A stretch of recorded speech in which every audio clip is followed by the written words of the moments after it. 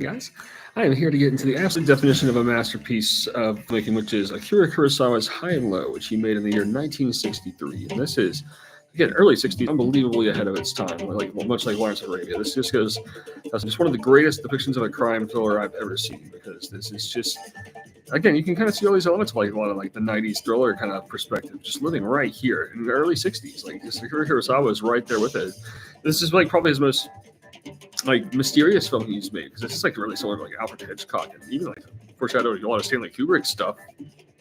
I mean, this is just really a masterpiece in the crime genre, which just holds up as a perfect depiction of just like a businessman in the shoe industry, and that just I think is a perfect depiction of a beginning of a story, which turns into one of the most intense things I've ever seen. I mean, the way a lot of this directing kind of pans out, it reminds me a lot of like Sidney Lumet's kind of work in this time frame. I mean, it just feels like it's very hyper focused on in the moment, kind of dialogue between characters, and in the heat of an intense moment, it's like their truest character traits are revealed in the heat of intensity, you could say.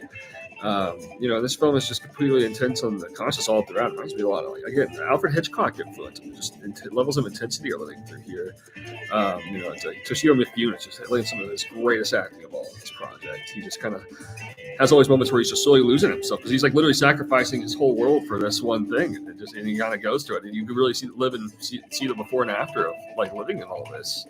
And it kind of just ends up grabbing you, I think, as a dominating kind of way. There's something of a literally like a hellish and heaven force living all throughout this film. I believe that title is exactly what it's going for here. It feels that way, as it kind of upgrades a lot of that samurai perspective, and just like a full on like crime thriller kind of story in a very slow paced kind of way. Kurosawa just makes this just one of the most timelessly masterful projects of all time. So, dealing with a kidnapping, home invasion story just gone completely off the rails. You can say, especially the pacing, especially reminds me a lot of that Full Metal Jacket way, where it's just like a big time. You're looking at life in heat of, like an interior moment and then an exterior moment of this intense, overwhelming sort of force that's of evil that's completely above the characters.